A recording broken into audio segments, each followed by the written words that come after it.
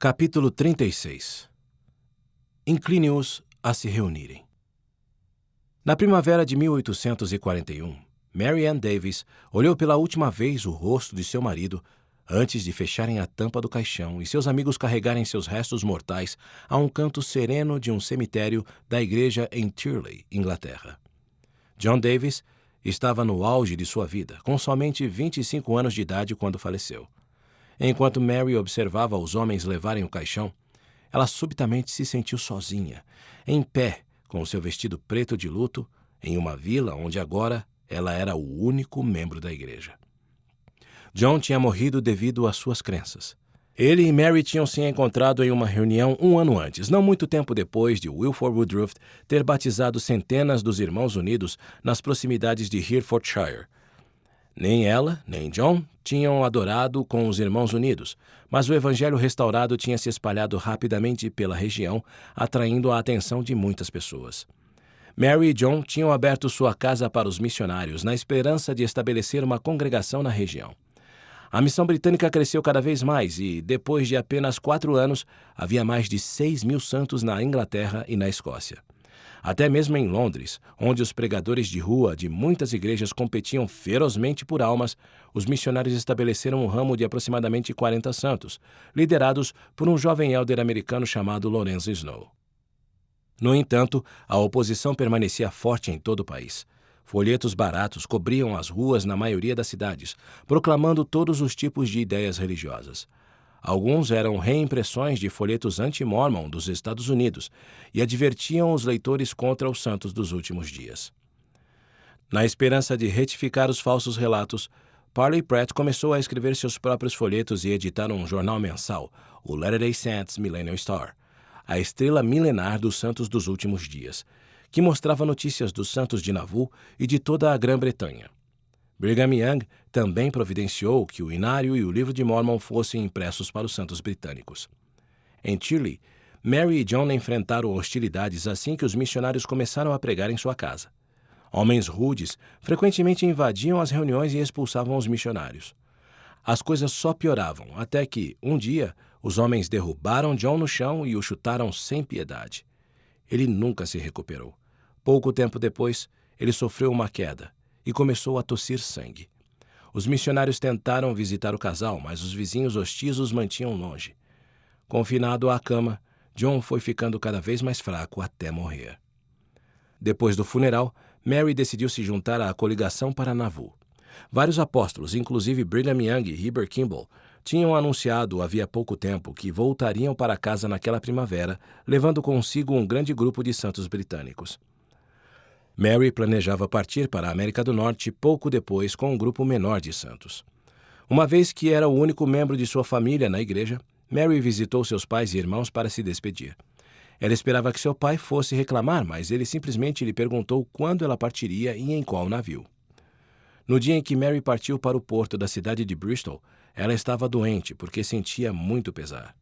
Passando pela igreja onde ela e John haviam se casado alguns meses antes, ela pensou em tudo o que acontecera com ela desde aquele momento. Agora, ela era uma viúva de 24 anos e estava indo sozinha para uma nova terra, determinada a ter o mesmo destino que o povo de Deus. De volta a Nauvoo, o editor do jornal, Thomas Sharp, sentou-se ao lado de Joseph Smith numa plataforma elevada e olhou para uma multidão de milhares de santos. Era 6 de abril de 1841.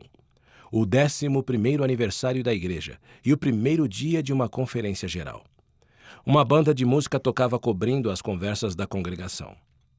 Em alguns momentos, os santos comemorariam o dia importante assentando as pedras angulares de um novo templo. Thomas não pertencia à igreja, mas o prefeito de Nauvoo, John Bennett, o havia convidado para passar o dia com os santos. Não era difícil descobrir por quê.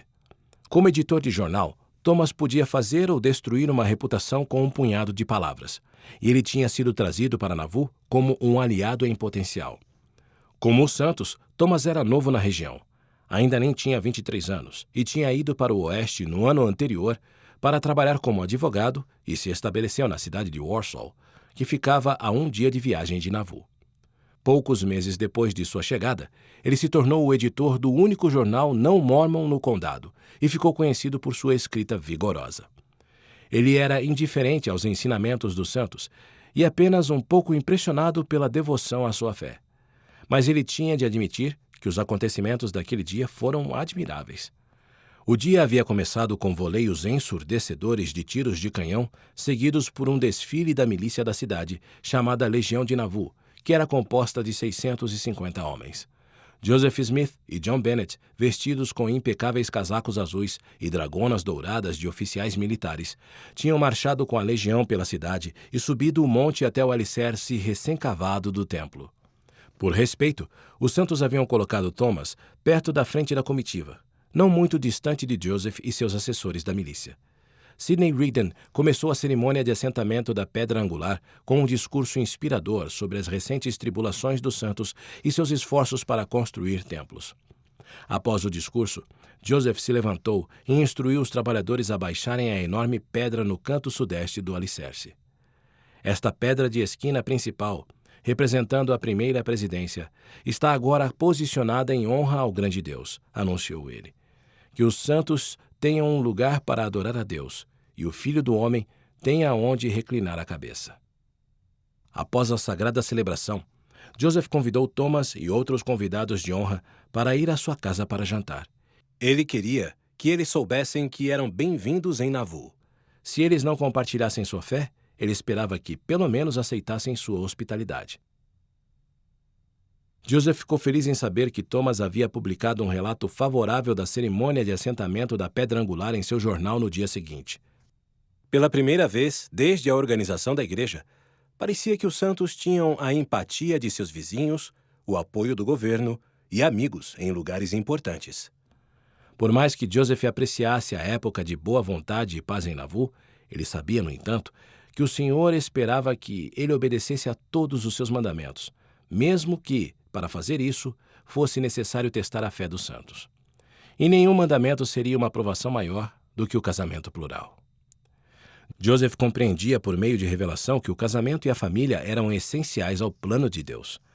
O Senhor tinha enviado Elias o profeta ao templo de Kirtland para restaurar as chaves do sacerdócio que ligavam as gerações como elos em uma corrente. Sob a orientação do Senhor, Joseph tinha começado a ensinar mais santos de que marido e mulher poderiam ser selados para o tempo e a eternidade, tornando-se herdeiros das bênçãos de Abraão e cumprindo o plano eterno de Deus para seus filhos. O profeta Jacó, do livro de Mórmon, ensinou que nenhum homem deveria ter mais que uma esposa, a menos que Deus ordenasse o contrário. Como a história de Abraão e Sara mostrou, Deus, às vezes, ordenava a fiéis seguidores que praticassem o casamento plural como uma forma de estender essas bênçãos para mais pessoas e criar um povo do convênio para o Senhor. Apesar das provações que trouxe, o casamento de Abraão com sua esposa plural Agar trouxe à luz uma grande nação. O casamento plural iria da mesma forma testar os santos que o praticassem, mas o Senhor prometeu exaltá-los por sua obediência e seu sacrifício. Os anos após a partida de Joseph de Kirtland haviam sido difíceis e ele ainda não tinha apresentado o casamento plural aos santos. Mas a situação era diferente em Nauvoo, onde os santos finalmente haviam encontrado relativa segurança e estabilidade. Joseph também tinha confiança na Constituição dos Estados Unidos, que protegia o livre exercício da religião. No início daquele ano, o Conselho da cidade de Nauvoo tinha confirmado esse direito quando aprovou uma ordenança declarando que todos os grupos religiosos tinham a permissão de adorar livremente em Nauvoo. A lei se estendia aos cristãos e não cristãos. Embora ninguém em Nauvoo seguisse o islamismo, a ordenança até mesmo protegia especificamente os muçulmanos, que às vezes praticavam a poligamia. Apesar de os políticos o terem decepcionado na capital do país, Joseph acreditava e confiava nos princípios fundadores da República Americana para proteger seus direitos de viver de acordo com a vontade de Deus. Ainda assim, ele sabia que a prática do casamento plural chocaria as pessoas, e continuou relutante em ensinar sobre isso abertamente. Enquanto outras comunidades religiosas e utópicas seguiam diferentes formas de casamento, os santos sempre haviam pregado a monogamia. A maioria dos santos, como a maioria dos americanos, associava a poligamia a sociedades que consideravam menos civilizadas do que a sua própria. O próprio Joseph não deixou nenhum registro de seus próprios sentimentos sobre o casamento plural ou de sua luta para obedecer ao mandamento. Emma também não revelou nada sobre isso quando ela ficou sabendo da prática ou que impacto isso teve em seu casamento. Os escritos de outras pessoas próximas a eles, no entanto, deixam claro que era uma fonte de angústia para os dois. Joseph, porém, sentiu urgência em ensinar aos santos sobre isso, apesar dos riscos e de suas próprias dúvidas. Se ele apresentasse o princípio em particular para mulheres e homens fiéis, ele poderia conseguir vigoroso apoio em preparação para o tempo em que esse princípio pudesse ser ensinado abertamente. Para aceitar o casamento plural, as pessoas teriam de sobrepujar seus preconceitos, reconsiderar costumes sociais e exercer grande fé para obedecer a Deus quando ele ordenasse algo tão diferente de suas tradições. No outono de 1840, Joseph começou a falar com Louisa Beaman, de 25 anos de idade, sobre a prática. A família de Louisa tinha sido uma das primeiras pessoas a acreditar no livro de Mormon e a aceitar o evangelho restaurado. Depois que seus pais morreram, ela foi morar com sua irmã mais velha, Mary, e seu marido, Bates Noble, um veterano do acampamento de Israel. Bates estava presente durante os debates de Joseph e Louisa sobre o casamento plural. Ao revelar isso a você, coloco minha vida em suas mãos, Joseph disse a ele. Mesmo que ceda ao mal, não me traia com os meus inimigos. Algum tempo depois, Joseph pediu Louisa em casamento. Ela não deixou nenhum registro de como reagiu à proposta, ou quando ou por que ela aceitou. Mas, na noite de 5 de abril de 1841, um dia antes da Conferência Geral, Joseph encontrou Louisa e Bates para a cerimônia. Autorizado por Joseph, Bates selou os dois, repetindo as palavras da ordenança que Joseph falava a ele. Naquele verão, os santos se regozijaram quando John Bennett foi nomeado para um cargo importante no sistema judicial do condado. Mas outros no condado estavam indignados, temendo o poder político crescente dos santos. Eles viram a nomeação de John como uma tentativa de políticos rivais de ganhar os votos dos santos. Thomas Sharp, que era membro do partido rival, questionou abertamente as qualificações de John para a posição, sua reputação e a sinceridade de seu recente batismo. Em um editorial do jornal, ele incitou os cidadãos a se oporem à nomeação. Thomas também exagerou nos relatos de insatisfação entre as centenas de santos britânicos reunidos na região. Dizem que muitos estão determinados a partir, relatou ele, e que enviaram cartas à Inglaterra advertindo seus amigos que planejavam emigrar da situação ruim na cidade da igreja. O cerne de seu descontentamento, afirmou ele, era a falta de fé na missão do profeta. Sentindo-se muito zangado depois de ler o editorial, Joseph ditou uma carta e a enviou para Thomas, cancelando sua assinatura. Senhor, descontinue meu jornal. Seu conteúdo é projetado para me degradar e patrocinar essa folha imunda, essa série de mentiras, fonte de iniquidade. É vergonhoso para qualquer homem moral. Com total desprezo, Joseph Smith. PS, por favor, publique o conteúdo acima em seu desprezível jornal. Irritado pela carta, Thomas a publicou na edição seguinte com comentários sarcásticos sobre o chamado profético de Joseph. Algumas pessoas haviam acusado Thomas de usar seu jornal para agradar aos santos. Agora ele queria que seus leitores soubessem que ele considerava os santos uma ameaça política crescente aos direitos dos outros cidadãos do condado. Como prova, Thomas republicou uma proclamação que Joseph tinha recentemente publicado, na qual chamava os santos do mundo inteiro a se reunirem e construírem Nauvoo.